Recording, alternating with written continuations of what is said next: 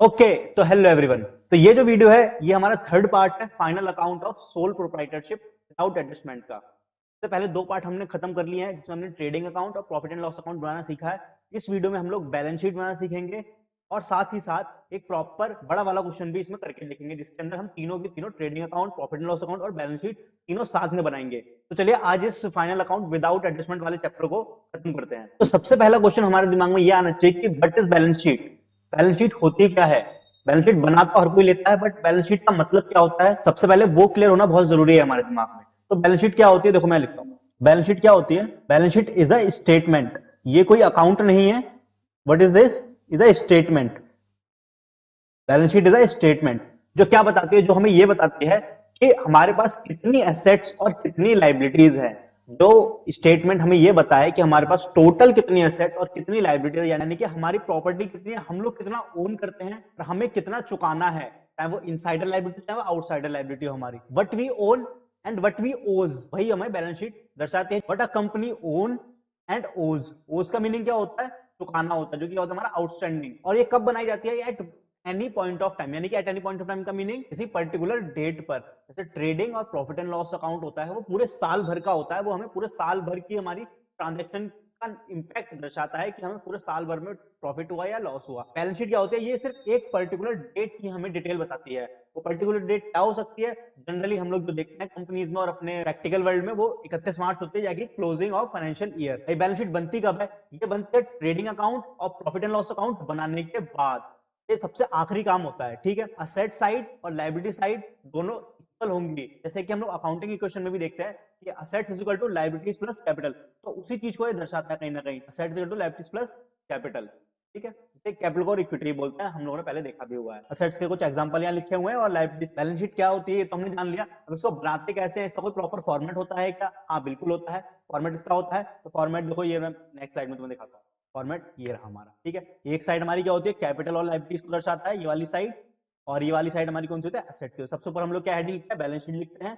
Balance sheet of जिस भी company का बना रहे हो, suppose X Y Z company, तो वो यहाँ लिखते हैं। और जिस डेट का बनाते हैं balance sheet, as on date, जैसे जनरली हम 31/03, और जिस भी ईयर का बना रहे हैं, जनरली हम 2021 का बनाएंगे इस साल के लिए, तो ऐसे यहाँ पे शो करते हैं। और उसके बाद ये हमारी लायबिलिटी साइड होती है जिसके अंदर क्या क्या दर्शाते हैं। कैपिटल हो गया हमारा, कैपिटल के अंदर क्या हम प्रॉफिट, नेट प्रॉफिट ऐड करते हैं। ये नेट प्रॉफिट में कहां से मिलता है? प्रॉफिट एंड लॉस अकाउंट से मिलता है। ये मैंने अपनी पिछली वीडियो में बताया हुआ है कि नेट प्रॉफिट हमें पी&एल अकाउंट से मिलता है, और कैसे हम पी&एल अकाउंट बनाते हैं और नेट प्रॉफिट कैसे ट्रांसफर होता है कैपिटल, वो मैंने पार्ट 2 में बताया हुआ है अच्छे से, ठीक है। और ड्राइंग हम लेस करते हैं कैपिटल से ऑब्वियसली, और रिजर्व लोन्स ये सारे लायबिलिटीज का पार्ट होता है हमारा। देखो सारी लेकिन सारी क्या हमारी लायबिलिटीज ही है। और ऊपर वाला पार्ट हमारा क्या होगा? कैपिटल का हो गया, क्या है? लायबिलिटी, ठीक। और दूसरी तरफ क्या लिखा है? दूसरी तरफ देखो असेट साइड लिखी है, गुडविल, पेटेंट, चाहे वो कैसी भी असेट हो, इंटेंजिबल असेट हो, तुम्हारी फिक्टिशियस असेट हो, चाहे फिक्स्ड असेट हो, चाहे तुम्हारे नॉन करंट, करंट, जो भी असेट होंगी वो सारी की सारी अपने राइट हैंड साइड पे आ जाएंगी। देखो सारी की सारी क्या असेट है। इंटेंजिबल असेट आ गई, सबसे ऊपर लैंड एंड बिल्डिंग आ गई। डिवेंचर जब हम इशू करते हैं तो हमारी लायबिलिटी होता है, लेकिन हमने क्या कर रखा है? इन्वेस्ट कर रखा है पूरा। देखो इन्वेस्टमेंट इन डिवेंचर, हमने कहीं और इन्वेस्ट कर रखा है किसी और कंपनी के डिवेंचर में, तो वो तो हमारे लिए असेट होगा ना, हमने इन्वेस्टमेंट कर रखी है। ओके, तो ऐसे ही क्या है, हमारे लिए सारे के सारे असेट हमें दे रखे हैं। इस फॉर्मेट को नोट कर लो वीडियो पॉज करके, या हो सके तो स्क्रीनशॉट ले लो, ठीक है। आगे बढ़ते हैं। अब मैं इसके ऊपर तुम्हें क्वेश्चन कराता हूँ कि बैलेंस शीट को बनाते कैसे हैं, ठीक। ये तुम्हारी बुक का ही क्वेश्चन है, मैंने फोटो खींच के यहाँ पे अटैच कर दिया। तो क्वेश्चन कह क्या रहा है? क्वेश्चन तुम्हें बता रहा है कि प्रिपेयर करो बैलेंस शीट, कहां से? From the following information. Particular दे रखे हैं फॉलोइंग, तो क्या करना है? प्रिपेयर बैलेंस शीट करनी है। कब की करनी है? 31 मार्च 2018 की हमें बैलेंस शीट बनानी है। कैपिटल दे रखा है, ड्राइंग दे रखा है, डेटर्स एंड क्रेडिटर की इन्फॉर्मेशन दे रखी है, cash in hand, cash at bank, plant, furniture, net profit, general reserve और क्लोजिंग लिस्ट। तो उसने ये हमें एक तरीके से ट्रायल बैलेंस दे रखा है। अब ट्रायल बैलेंस दे रखा है तो हमें क्या करना है? इसके बैलेंस शीट बनानी है। अब नेट प्रॉफिट इसने क्वेश्चन में गिवन है, तो मुझे प्रॉफिट लॉस अकाउंट नहीं बनाना है। इसका मतलब क्वेश्चन का तुम फोटो स्क्रीनशॉट ले लो और मैं तुम्हें आगे सॉल्व करके दिखाता हूँ। ऊपर हेडिंग डाल देते हैं हम क्या बना रहे हैं, ये this is the balance sheet. तो ऊपर लिखते हैं बैलेंस शीट, मिड में लिखते हैं जनरली कब की बना रहे हैं? एज ऑन डेट 31 मार्च 18 की बना देते हैं ना। शुरू करें। सबसे पहले क्या गिवन था? कैपिटल गिवन था, तो कैपिटल हमारी लायबिलिटी साइड आता है। और कैपिटल को हम कहां लिखते हैं? इनर कॉलम में लिखते हैं। तो कैपिटल को इनर कॉलम में लिख देंगे। कैपिटल कितना था मेरा? कितना था? 4 लाख। कैपिटल 4 लाख था। उसके बाद क्या गिवन था? उसका ड्राइंग गिवन था, तो ड्राइंग लेस हो जाता है इसके आंसर, ड्राइंग माइनस कर देते हैं। ड्राइंग ड्राइंग हमने क्या कर दिया? माइनस कर दिया। ड्राइंग कितना गिवन था? 44,000, माइनस कर दिया। अभी भी बाहर नहीं लिखते हैं क्योंकि नेट प्रॉफिट भी इसमें ऐड होना है। उसके बाद क्या गिवन था? डेटर्स और क्रेडिटर गिवन थे। तो डेटर असेट होते हैं, तो डेटर असेट वाली साइड आ जाएंगे 64,000, डेटर 64,000 आ गए। और क्रेडिटर था उसका एक लाइन छोड़ के, क्योंकि नेट प्रॉफिट ऐड करना है, तो क्रेडिटर मैंने यहाँ लिख दिए। क्रेडिटर कितने के गिवन थे? 42,000। उसके बाद क्या गिवन है एक बार देख लेते हैं। Cash in hand, cash at bank और प्लांट, ठीक है, तीनों असेट हैं तो तीनों लिख लेते हैं फटाफट। उसके बाद क्या गिवन है? उसके बाद फर्नीचर गिवन है, फिर नेट प्रॉफिट गिवन। तो फर्नीचर यहाँ लिख लेते हैं पहले फटाफट से। सिंपल क्वेश्चन कितना देखो, फर्नीचर लिख लिया यहाँ पे जल्दी से। फर्नीचर कितने गिवन था? 37,000 का नेट प्रॉफिट कितना? और नेट प्रॉफिट कहाँ पे ऐड होता है? नेट प्रॉफिट हमारा होता है कैपिटल में ऐड, तो कैपिटल में ऐड कर देते हैं नेट प्रॉफिट को फटाफट से। नेट प्रॉफिट को ऐड कर दिया। कितना नेट प्रॉफिट गिवन था देख के बताओ फटाफट से? 16,600। अब हम चाहे तो हम इसको फाइनल बाहर भी लिख सकते हैं। इसके बाद क्या गिवन था? इसके बाद जनरल रिजर्व गिवन था, और जनरल रिजर्व हमारा कहाँ पे आता है? लायबिलिटी साइड आता है, सिंपल 10,000। उसके बाद क्लोजिंग स्टॉक गिवन था, क्लोजिंग स्टॉक हमारा असेट्स का पार्ट होता है, तो असेट साइड आगे क्लोजिंग स्टॉक। कितना सिंपल है, 1,40,000। और कुछ बचा एक बार चेक कर लेते हैं एक बार। हमने सब लिख दिया, closing stock, general reserve, furniture, ठीक है, सारी चीजें इसमें आ चुकी हैं, चेक कर लिया। अब बस अब इसको ऐड कर लेते हैं, और दोनों साइड का टोटल बराबर आ गया तो हमारा क्वेश्चन सही हो गया। कैपिटल का अमाउंट लिख देते हैं बाहर, कितना है? 4 लाख में से 44,000 आएंगे और 16,600 ऐड करना है, तो ये कितना हो गया? 372,600, ठीक है। और टोटल करते हैं, टोटल करके अगर बराबर आ गया तो बढ़िया है, नहीं आया तो फिर देखते हैं भाई साहब कहाँ गलती हुई है। वैसे बराबर ही आएगा क्योंकि हमने सारी चीजें सही जगह लिखी हैं, और तुम लोगों ने मुझे बताया कौन सी चीज कहाँ आनी है, तो गलत तो हो ही नहीं सकता। चलो मैं लाइब्रेरी साइड करता हूँ, तुम असेट साइड का बताना मुझे, ठीक है। कितना है? 600 हो गया। ये कितना हुआ? 224। इधर कितना हुआ? 415 और 722, ठीक है, कैरी 1, 424,600। अब इस साइड टोटल बताओ कितना आ रहा है तुम्हारा? 600 तो आ रहा है लास्ट में, ये कितना आ रहा है? 424,600। बहुत बढ़िया, सही बताया एकदम। तो ये हो गया हमारा बैलेंस शीट का क्वेश्चन। बैलेंस शीट मैच हो गया, यानी कि हम तुम लोगों ने मुझे बिल्कुल सही बताया, और सारी की सारी चीजें हमने सही घर में रखी। सही घर में मतलब कि जो लायबिलिटी वाला घर था उसे लायबिलिटी वाले घर में पहुंचा दिया, और जिसका घर असेट था उसे असेट वाले घर में पहुंचा दिया। तो इससे हमारा क्वेश्चन बिल्कुल सही हो गया और बहुत ही सिंपल है। चलो एक बड़ा क्वेश्चन करके देखते हैं, जिसके अंदर हम trading, profit and loss account और बैलेंस शीट तीनों की तीनों बनाएंगे। इससे आपका ट्रेडिंग भी रिवाइज हो जाएगा, पीएनएल भी रिवाइज हो जाएगा, और बैलेंस शीट भी दोबारा से रिवाइज हो जाएगा, ठीक है। कई क्वेश्चन है आपकी ये, ठीक है। Prepare trading and profit and loss account and balance sheet, देखो तीनों चीज बोल दी उसने, बैलेंस शीट बनाने को बोल दिया, और इधर प्रॉफिट एंड लॉस अकाउंट बनाने को बोल दिया, इधर ट्रेडिंग अकाउंट बनाने को।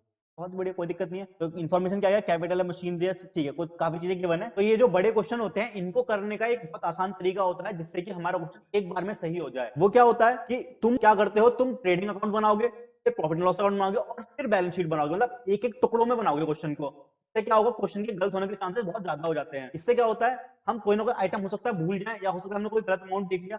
तो सबसे आसान तरीका होता है कि तीनों फॉर्मेट एक साथ बना लो, और फिर देखना कि कैसे क्वेश्चन एक बार में सॉल्व होता है। देखो जैसे मैं कर रहा हूँ, बिल्कुल बिल्कुल वैसे ही करोगे तो कभी गलत नहीं होगा क्वेश्चन। तो कुछ इस तरीके से आपको तीनों फॉर्मेट एक साथ बना लेने हैं। अब उसके बाद देखना क्वेश्चन कितना इजी हो जाएगा कि हम एक एक करके सारे आइटम को सही जगह पर पुट कर देंगे, ठीक है। सबसे पहले क्या गिवन है? सबसे पहले कैपिटल गिवन है, तो कैपिटल लिख लेते हैं सबसे पहले। और कैपिटल कहाँ पे आता है? कैपिटल आता है बैलेंस शीट के अंदर, वो भी लायबिलिटी साइड, ठीक है। तो लिखो यहाँ पे कैपिटल, सबसे पहले कैपिटल हमने यहाँ लिख लिया, ओके। कितना अमाउंट गिवन है इसका? 3,60,000, ठीक है, 3,60,000। अभी कैपिटल को इनर कॉलम में रखें, क्योंकि हमें पता है क्या पता नेट प्रॉफिट और ड्राइंग गिवन हो क्वेश्चन में, जिसकी एडजस्टमेंट हमें करनी होती है, ठीक है, ठीक है। उसके बाद क्या गिवन है? उसके बाद मशीनरी गिवन है। मशीनरी कहाँ पे आता है? सेट साइड आता है, तो फटाफट से मशीनरी को लिख सकते हैं हम। तो मशीनरी का अमाउंट कितना है? 70,000।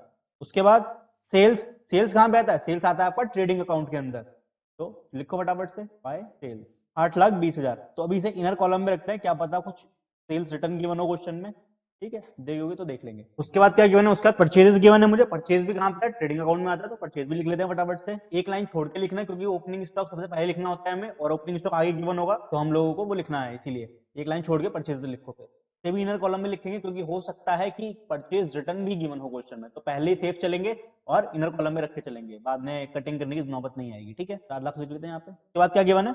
उसके बाद सेल्स रिटर्न, तो लेस कर देते हैं रिटर्न को, कितनी है? 10,000। 10,000 यहाँ से माइनस कर दिए, अब बाहर लिख सकते हैं, अब कोई टेंशन नहीं है, ठीक है। अब कितना हो गया? 8,20 माइनस 10, तो 8,10,000 बाहर आ गया आपका। उसके बाद क्या गिवन है? स्टॉक ऑन 1 अप्रैल 2017, हम बना रहे हैं 31 मार्च 18 की बैलेंस शीट, और स्टॉक गिवन है 1 अप्रैल 2017 का, यानी कि स्टार्टिंग का स्टॉक गिवन है। ये क्या हो गया हमारे लिए? ओपनिंग स्टॉक हो गया, और ओपनिंग स्टॉक को कहाँ लिखते हैं? ट्रेडिंग अकाउंट में लिखते हैं, इसलिए वो लाइन छोड़ी थी, देखो अब काम आएगी ना वो लाइन छोड़ी हुई वाली, टू ओपनिंग स्टॉक। ये तुम्हारा गिवन है 1 लाख का ये अमाउंट भी। और उसके बाद क्या गिवन है? उसके बाद हमारा है ड्राइंग। ड्राइंग कैपिटल से माइनस होती है, तो कैपिटल से माइनस कर देते हैं ड्राइंग को यहाँ पे। ये ड्राइंग यहाँ लिख दिया, और ड्राइंग का अमाउंट कितना गिवन है? ड्राइंग का अमाउंट है 40,000 रुपए, तो 40,000 यहाँ से लेस कर दिए, ठीक है, ब्रैकेट लगा दिया, यानी कि माइनस लगा दिया। वेजेस, वेजेस डायरेक्ट खर्चा ट्रेडिंग अकाउंट में सीधा सीधा, तो 2, ये लाइन छोड़ के लिखते हैं क्योंकि रिटर्न मुझे माइनस करना है शायद, अगर गिवन हो कुछ में तो 2 वेजेस, वेजेस कितना है बताओ फटाफट से, 1 लाख का अमाउंट गिवन है वेजेस का भी। उसके बाद कैरेज इनवर्ड ये है 5000। उसके बाद क्या गिवन है, चलो आगे बढ़ते हैं, उसमें दूसरी साइड क्या लिखा है, सबसे पहले सैलरीज लिखा है, और सैलरी क्या है, इनडायरेक्ट खर्चा जो कि पीएनएल में आएगा, तो टू सैलरीज अकाउंट 60,000। के बाद क्या गिवन है, जनरल एक्सपेंस, ये भी पीएनएल में आता है, तो ये भी यहाँ पीएनएल में लिख दो फटाफट से। कुछ नहीं करना है, तीनों फॉर्मेट एक साथ बना लिए तो बहुत इजी हो जाएगा क्वेश्चन। देखो कितना इजी हो गया, बस सबको उसके घर में पहुंचा दो फटाफट से। जनरल एक्सपेंस लिख दें यहाँ पे, कितना जनरल एक्सपेंस 20,000। के बाद क्या गिवन है, रेंट, रेंट के आगे कुछ नहीं लिखा है, रिसीव या पेड नहीं लिखा है, और जब ऐसा कुछ नहीं लिखा होता तो हम मानते हैं कि हमारा खर्चा ही होता है। जब तक रेंट रिसीव ना लिखा हो हम उसे इनकम नहीं मानेंगे, ठीक है। सिर्फ रेंट लिखा है यानी कि रेंट हमने दिया है, टू रेंट अकाउंट, ये भी पीएनएल में आता है, तो फटाफट से पीएनएल में लिख दो, कितना है ये 50,000। परचेज रिटर्न, ऊपर जगह छोड़ दी परचेज के लिए, माइनस कर दो परचेज रिटर्न, कितना माइनस करना है, ये 5,000 यहाँ से माइनस करना है, 395। उसके बाद क्या गिवन है, डेटर्स, डेटर्स हमारे एसेट होते हैं, सीधा डेटर कहाँ पे आएंगे, तुम्हारे असेट वाली तरफ आएंगे, 3 लाख के। कैश, कैश भी मेरे लिए असेट है, तो कैश भी बैलेंस शीट का आइटम है, कितना कैश है 40,000। और उसके बाद क्या गिवन है, उसके बाद कैरेज आउटवर्ड, कैरेज इनवर्ड का ट्रेडिंग में, कैरेज आउटवर्ड तो किधर आएगा, ये ट्रेडिंग का खर्चा नहीं होता, ये पीएनएल का खर्चा होता है, याद रखना, इनवर्ड ट्रेडिंग और आउटवर्ड पीएनएल, ठीक है। तो कैरेज आउटवर्ड मेरा क्या है, पीएनएल का खर्चा है, तो इसे पीएनएल में रख दिया फटाफट से, कितना है ये 20,000। एडवर्टाइजिंग, ये भी मेरा क्या पीएनएल का खर्चा, तो टू एडवर्टाइजिंग, एडवर्टाइजमेंट एक्सपेंसेस, तो एडवर्टाइजमेंट एक्सपेंसेस शॉर्ट में लिख देता हूँ फटाफट से, समझ तो आ ही गया, कितना है ये 20,000। क्रेडिटर्स, क्रेडिटर मेरे कहाँ पे आते हैं, लायबिलिटी का पार्ट होते हैं 50,000 के। अब इतना करने के बाद क्या करना है, जो एडजस्टमेंट में क्लोजिंग स्टॉक गिवन है पहले वो लिखना है, कितना क्लोजिंग स्टॉक, 2 लाख का क्लोजिंग स्टॉक गिवन था, तो क्लोजिंग स्टॉक तुम्हारा देखो ये उससे बाहर है, ये ट्रायल बैलेंस से बाहर गिवन है, और जो भी चीज ट्रायल बैलेंस से बाहर गिवन होती है वो एडजस्टमेंट होती है, और एडजस्टमेंट हर बार दो जगह आती है, ये हमारा नेक्स्ट चैप्टर है उसमें डिटेल में बताऊंगा, अभी सिर्फ इतना याद रख लो, क्लोजिंग स्टॉक को दो जगह लिखना है, एक तो कहाँ पे ट्रेडिंग अकाउंट के अंदर बाय क्लोजिंग स्टॉक के नाम से, कितना गिवन था ये 2 लाख, और क्लोजिंग स्टॉक असेट है तो बैलेंस शीट में भी आ जाएगा ये, इसका मतलब। बस अब क्या करो, अब ये सब करने के बाद सारे आइटम एक बार चेक कर लो, सारे आइटम हमने लिख दिए हैं, चलो मैं तुम्हें चेक करवा, कैपिटल हमने लिख लिया, मशीनरी हमने लिख लिया, सेल्स लिख लिया, परचेज लिख लिया, सेल्स रिटर्न लिख लिया, स्टॉक ओपनिंग स्टॉक लिख लिया, ड्राइंग हम लिख चुके हैं, वेजेस लिख लिया, कैरेज इनवर्ड भी लिख लिया हमने, सैलरी लिख लिया, जनरल एक्सपेंस हम लिख चुके हैं, rent, purchase return, debtors, cash, carriage outward, advertising expense और क्रेडिटर्स, सारे आइटम लिख लिया, और ये स्टॉक भी हमने लिख लिया। बस अब क्वेश्चन कितना इजी हो गया, अब तुम्हें कुछ नहीं करना है, जो सब कुछ लिख देना, अब बस प्लस करनी रह गई, और प्लस करना तुम्हारे लिए बहुत इजी। सबसे पहले ट्रेडिंग अकाउंट का बैलेंस निकालेंगे, कितना आ रहा है साइड का टोटल मेरा, सीधा 10,10,000 रुपए आ रहा है तो, और ये डेबिट साइड का टोटल कितना है मेरा, मुझे बताओ फटाफट से कितना है ये, तो 6 लाख हो गया। तो ट्रेडिंग अकाउंट में कितना प्रॉफिट आया,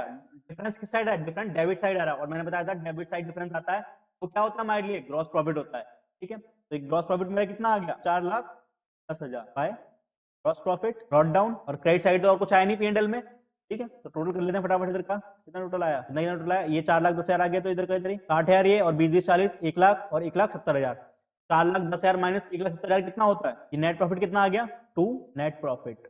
ये नेट प्रॉफिट कहाँ ट्रांसफर होगा, ये ट्रांसफर होगा तुम्हारे कैपिटल में, 2,40,000, यहाँ पे ऐड कर देते हैं नेट प्रॉफिट को, ये आ गया नेट प्रॉफिट 2,40,000। बस इसको बाहर लिख देना, कितना आएगा ये 3,60,000 और 2,40,000 कितना हो गया, 3 तो 5 और 1 लाख कितना 6 लाख, और 6 लाख माइनस 40,000 5,60,000, ये हो गया 5,60,000, 5,60,000 प्लस 5,000 कितना हुआ ये 6,10,000। इधर का करो 3 लाख और 2 लाख 5 लाख, 5 लाख में 70,000 जोड़ोगे कितना हो गया 5,70,000, और 5,70,000 plus 40,000 6,10,000। Balance sheet totally match हो गया, मतलब क्वेश्चन हमारा बिल्कुल सही हो गया। और मैच कर लेते हैं, देखो एक बार कितना कितना है, ग्रॉस प्रॉफिट कितना आ रहा है 4,10,000, ग्रॉस प्रॉफिट कितना आ रहा है देखो 4,10,000, नेट प्रॉफिट 2,40,000, और बैलेंस शीट टोटल 6,10,000, ये हमारा आ रहा है।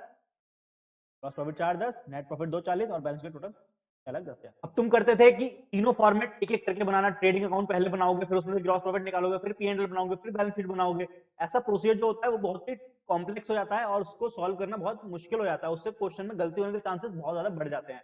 लेकिन इस तरीके से तुमने खुद देखा कि एक बार में आंसर आया है, और तुम इसकी आदत डालोगे तो तुम्हारे क्वेश्चन हर बार एक बार में ही सही होंगे, ठीक है, कोई भी गलती नहीं होगी, और बहुत ही सिंपल तरीके से तुम्हें टॉपिक भी बहुत इजी लगेगा। तो आई होप आपको वीडियो अच्छी लगी होगी, आपको बहुत आसानी से समझ आएगा कि हम लोगों को कैसे बड़े क्वेश्चन को हम लोग डील कर सकते हैं, और एक बार में आंसर फाइनल अकाउंट का लेके आ सकते हैं। बैलेंस शीट हर बार मैच होगी इस तरीके से करोगे तो। और for more updates and for more videos stay tuned with the channel, and subscribe कर लो अगर सब्सक्राइब नहीं करा है चैनल को तो, क्योंकि बहुत हेल्प होने वाली है, और इसमें अभी आगे आने वाले जो टॉपिक है बहुत ज्यादा इंपॉर्टेंट है, और वो बहुत ईजी तरीके से मैं आपको समझाने वाला हूँ। तो मिलते हैं फिर नेक्स्ट वीडियो में।